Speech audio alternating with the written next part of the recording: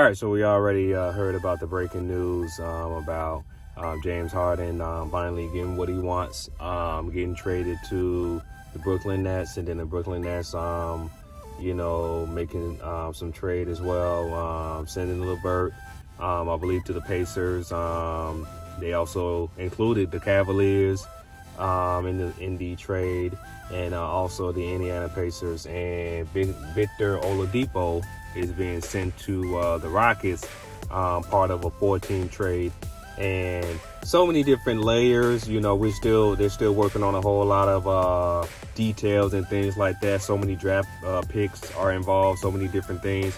Here's my thing. I was going off of the list. A reporter from ESPN tweeted,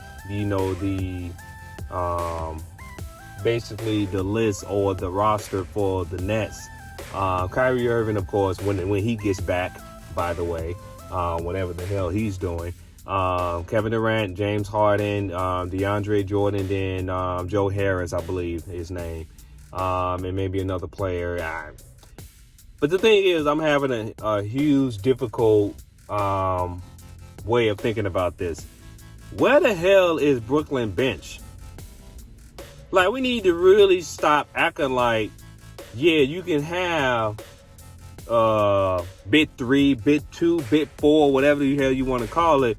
But a lot of these times, and we noticed, when it came down to the Clippers last year, dudes do get tired. They do need a break. Like, going up for their roster, and look at it. You can see it on Twitter or ESPN or anything like that. Just look at the roster.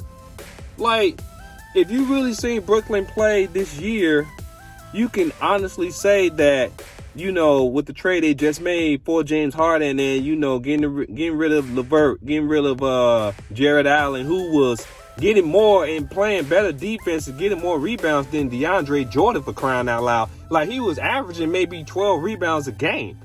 Like, are you trading him? Who's really coming off the Brooklyn Nets bench?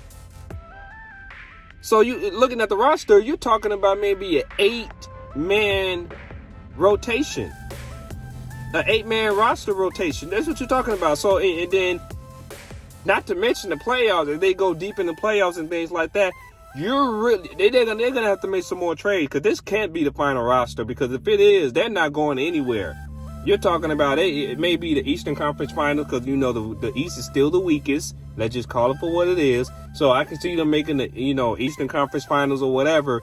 If they can probably make it to the finals, but they're not winning with that roster. That ain't happening. An 8-man roster, nah, buddy. No, you're starting 5 and then you only rotating 3 guys off the bench because you already traded your, like, damn. LeVert was averaging almost damn near 27 points since Kyrie and Kevin Durant was out. Like, are you serious? You trade that guy? And then Jared Allen was averaging almost 12 rebounds a game? You trade that guy for James Harden, who's out of shape? And you don't even know if Kyrie coming back after he, the league step in with the protocols and stuff like that. Man, look, I don't know. People can be hyped and all these good things or whatever. They're nice on paper for the starting 5.